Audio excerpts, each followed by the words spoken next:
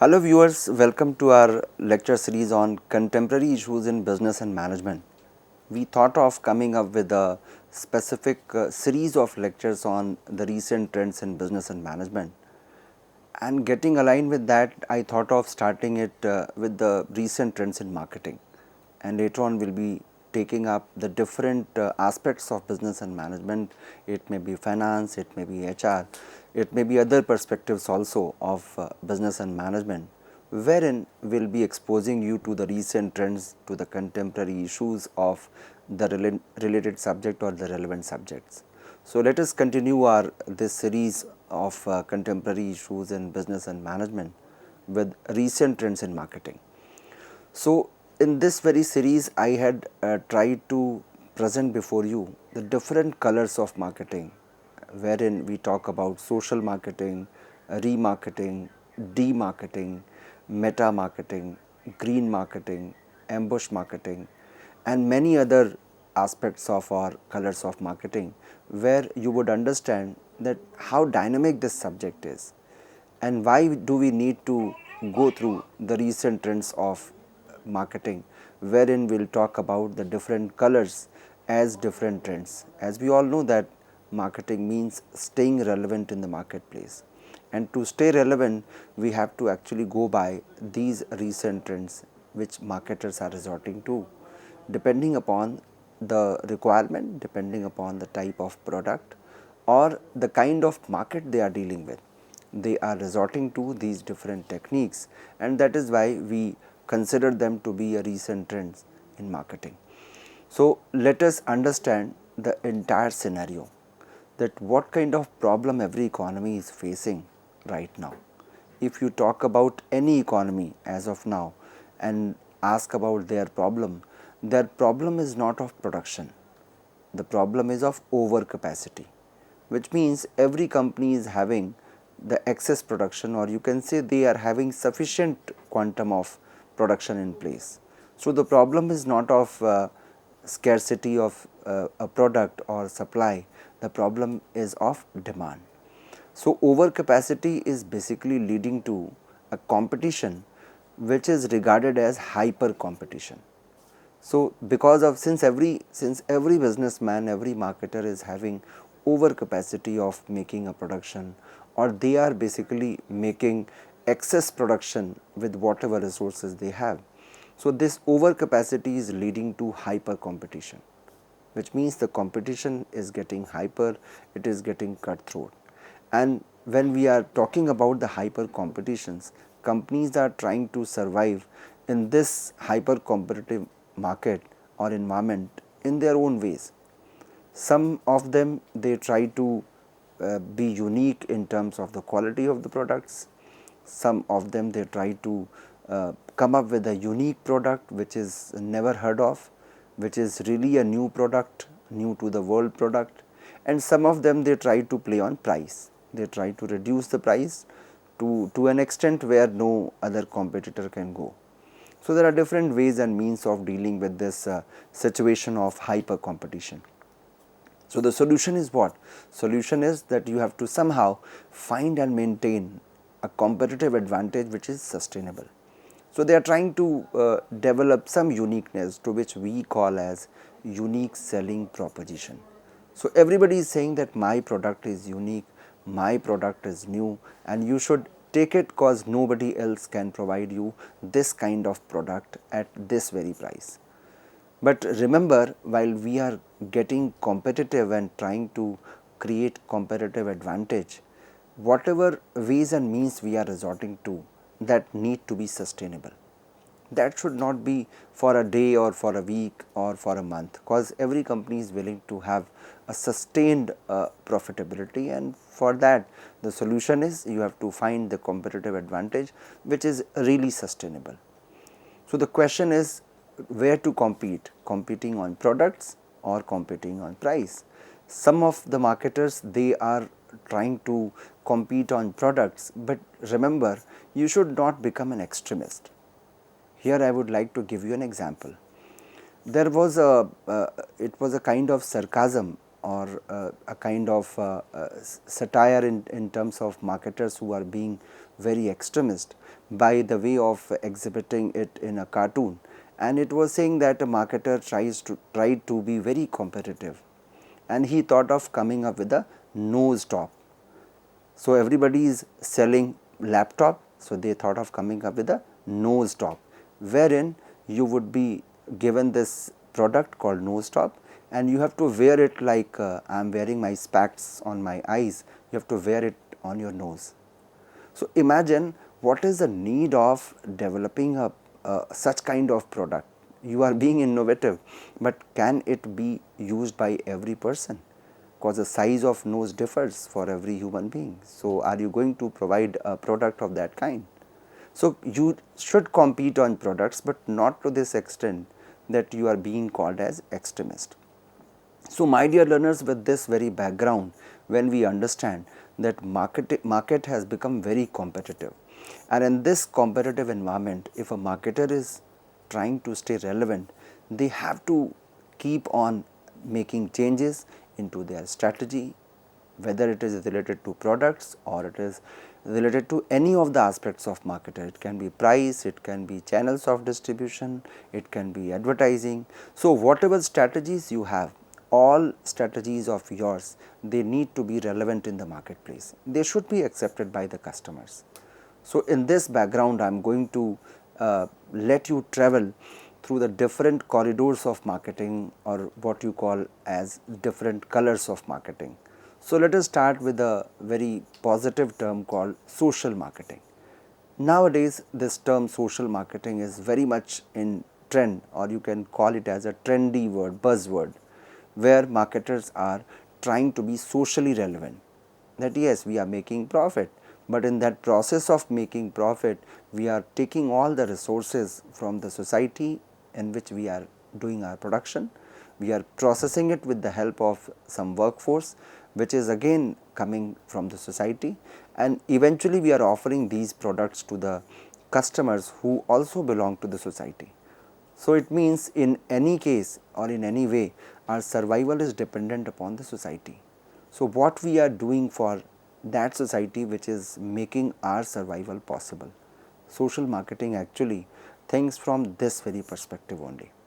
So, it says that a management orientation which is aimed at generating customer satisfaction and long run consumer and public welfare as the key to satisfying organizational goals and responsibilities. When you are doing so, it means you are actually following the path of social marketing, and this is the definition of social marketing given by none other but the Philip Kotler. Kotler talks about the elements of social marketing, that what are the different components of social marketing. The first one is you have to ensure the satisfaction of human needs, because your journey starts from identification of needs and then catering to those needs and offering your products as a satisfier to those needs. So, you are actually offering bundles of utilities, or you can call it as bundle of utilities, wherein your product is coming as a solution to the problems of customers, and at times we feel that it must have that capability of satisfying the human needs. So, the first and the foremost duty which you are supposed to perform is satisfaction of human needs. Second comes extension of ideas on marketing to social fields. Whatever processes you are into, whatever activities you are into, you should ensure that it should largely work for the social welfare. So, the ideas of marketing, they should be extended to the social fields also. And the third one is whatever ideas you are extending, they need to be impactful. So, there has to be a consideration of social impact. This is the third very element of social marketing. Some people think that social marketing means you are doing something for social welfare, that is only social marketing, but it is not that easy a concept. It actually comprises of not only your basic work, that is satisfaction of human needs, but also extension of ideas on marketing to social fields, and that need to be impactful. I can give you an example of this social marketing wherein there is a public service ad. Company is giving a public service ad, and they are actually giving an indication, they are showing their concern towards the general public or public at large. Suppose if a company is doing its advertisement and it is requesting you not to go for over speeding, don't speed, just to save your life and be cautious, be alert that you are safe, regardless of the type of product they are dealing with. It means that product, that advertisement doesn't belong to their product, but out of their concern towards society, they are giving this advertisement of don't speed, or it can be categorized as public service ad. So, you are giving an advertisement as a public service or as a service to the society, and that is example social marketing. So, in social marketing, to conclude, I would say social marketing is basically a domain where you are, while doing your marketing activities, showing your concern towards society. It can be any of the aspects of society you are taking this not to, the request of not to violate the traffic norms, traffic rules is also an example of public service ad, or it can be done in different ways. Now, if you look around you, you would find number of examples where companies are doing this kind of service to the society, and that is called social marketing. So, cause when they are doing so, people notice that yes, this company has concern for society. So, it means whatever products they are offering, there too they must be following or reflecting those concerns towards the society. So, this was the first trend which I could find, a trendy word in the corridors of marketing, where we talk about social marketing, and also we use a term called societal marketing. When we talk about societal marketing, how it is different from social, let me clarify. In societal marketing, while performing your duties, say while doing your production or pricing the products or delivering the products or doing your advertisement, in all your activities, you are trying to be socially responsible. You remain socially responsible. You don't cause any harm to the environment. You have concern towards the environmental norms. It means you are actually following the path of societal marketing, that is actually emanating from the concept called societal marketing concept, wherein in social marketing you go a step ahead. You have nothing to do with the traffic violation or the rules of traffic, but still you are showing your concern towards society and you are doing so. So, this is the distinction or differentiation between the social marketing and societal marketing. Moving ahead, I would show you another trendy word called demarketing. Many a times people think that marketing is an activity to promote a product. It is an activity to offer a product, to process, to do the production and to offer that meaningful product to the society. Why are we studying demarketing here? Because marketers are, at times they are also doing this activity, this as an activity. So, it is basically a reverse step in the marketing, because it is demarketing. Customers, in this kind of marketing approach, the customers are discouraged by different ways. Imagine I am a marketer and I am discouraging you not to buy a product. I am discouraging that the consumption of product should be as less as possible. So, when I am doing so, it means I am following the path of demarketing, or whatever activity I am doing as a marketer can be categorized as demarketing. So, we are not encouraging customers to buy a product, we are rather discouraging. So, it is a reverse step in the marketing. And what are the different ways of doing this task or doing this demarketing? The first one is we can go for having a heavy increase in prices, heavily increasing the prices or charging hefty prices of that product. The second is I can reduce the quality, there can be a reduction in quality, or at times we withdraw the sales promotion schemes. We are not promoting the product by the different ways of sales promotion schemes as we are doing in case of other products, but in case of demarketing we are not doing so. So, when we are doing all these things, they are called as a reverse step in the marketing, and categorically we call it demarketing. It is basically done in those situations where the product is socially undesirable. Suppose if a product is socially not acceptable, not desirable, then of course we would resort to demarketing. But since we are into that business, of course we will be doing the production, we will be processing and selling it, but not we are not going to encourage customers, and we are charging higher prices, we are reducing at times quality, we are withdrawing sales promotion schemes. It is basically very much prominent in case of, you would find the breweries, the products manufactured by breweries, you can call as alcohol. When we are selling, of course the marketers are not doing any advertisement, that is completely banned, at least in India it is not done. So, that advertisement is not done, although for that there is a term called surrogate advertising, surrogate marketing, that we would discuss little later. But here of course demarketing is done in case of tobacco products, in case of alcohol, which is socially not desirable. It is this demarketing is very much in place. There is a statutory warning also on those products where the tobacco is used, that consuming it is not is injurious to your health.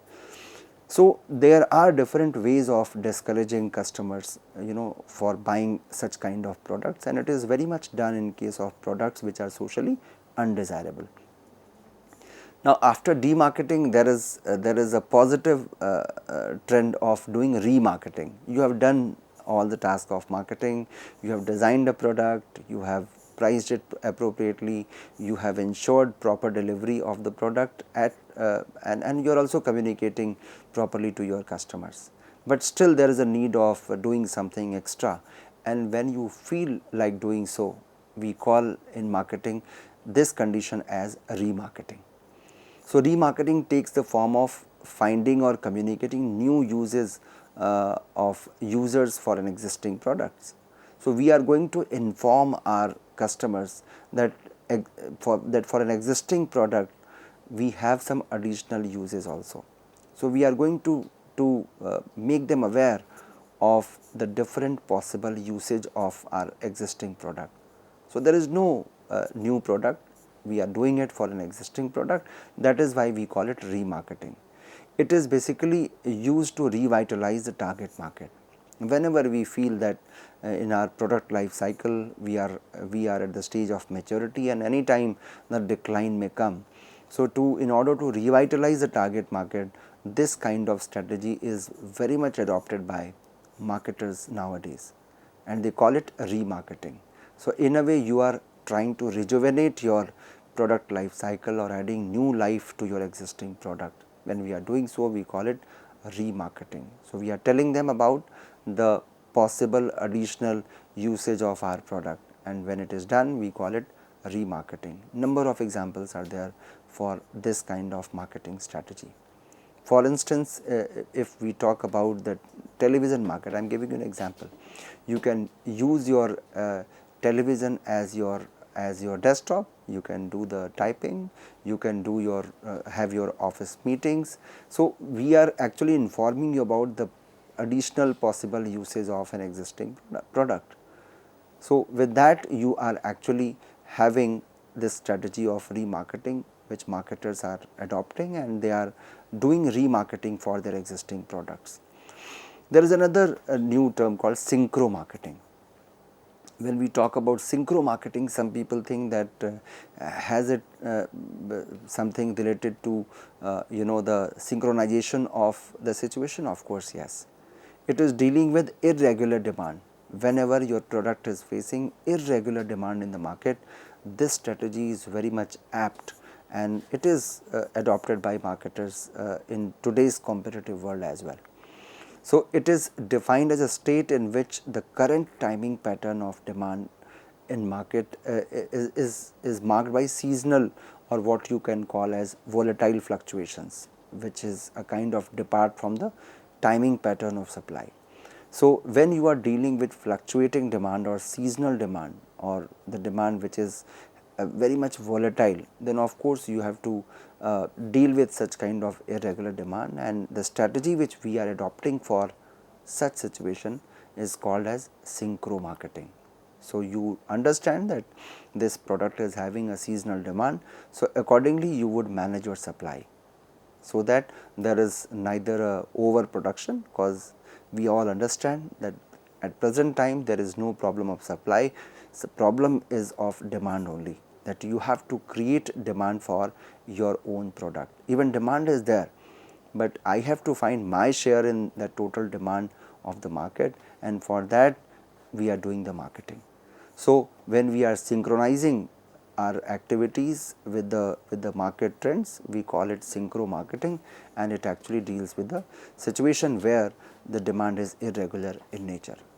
So, in this way, my dear learners, I told you about some of the significant trends of marketing, wherein we talked about synchro marketing, we talked about demarketing, remarketing and social marketing. We have many other trends in store to discuss with you, which we will be doing in the next segment of lectures on the topic. Till then, thank you so much.